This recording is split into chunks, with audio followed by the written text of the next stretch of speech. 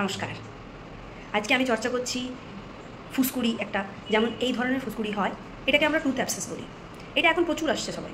এটা নিজে নিজেই পেশেন্ট ঠিক করে নিই, মানে আপনারা নিজে নিজেই ওষুধ খেয়ে নেবেন, আর তারপরে আবার ঠিক হয়ে যায়, আবার নর্মাল আবার হয়, আবার ওষুধ খান আবার ঠিক হয়ে যায়।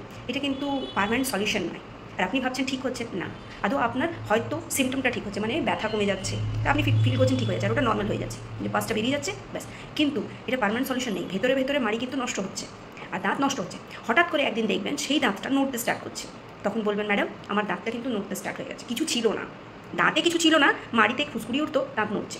তো এটা হিডেন কেরিজ থাকে, যেটা ভেতরে যেয়ে একদম মাড়িতে যেয়ে দাঁতের মাড়ি গড়াতে যেয়ে নিয়ে ইনফেকশন করে। সেই ইনফেকশনের পাশ না বেরোলে সেই মাড়ি দিয়ে পাশ বেরোয়। এটা আপনাকে ইন্ডিকেশন দিচ্ছে কি আপনার দাঁত খারাপ হচ্ছে, কিন্তু আপনি কী করছেন, ওষুধ খেয়ে নিয়ে দেখছেন ঠিক হয়ে যাচ্ছে, আবার নর্মাল হয়ে যাচ্ছেন, আবার ওষুধ খাচ্ছেন, আবার ঠিক হচ্ছে, আবার নর্মাল হয়ে যাচ্ছেন। কিন্তু এটা করলে আপনার দাঁত নষ্ট হয়ে যাবে। তাহলে কি করবেন?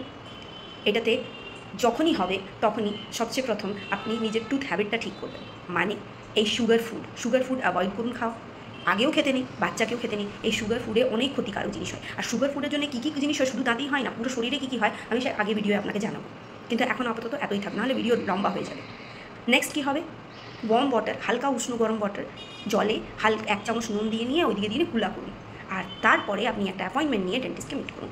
ডেন্টিস্টের সঙ্গে দেখান, ওরা সলিউশন বলে দেবে।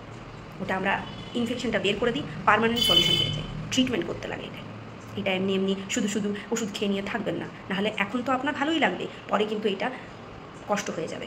আর এইটা শুধু এক দাঁতকে ক্ষতি করতে পারে না, হতে পারে 2, 3, 4, 5টা দাঁতকে ক্ষতি করে দেবে। তো একটা দাঁতের ট্রিটমেন্ট করানো বেশি ভালো না 5টা দাঁতের ট্রিটমেন্ট করানো, বা 5টা টুথের ফল করা ভালো? আপনারা বুঝতে পারেন কী ভালো। সেই জন্য যখনই এরকম দেখবেন অতি শীঘ্র ডেন্টিস্টকে দেখান। Thank you.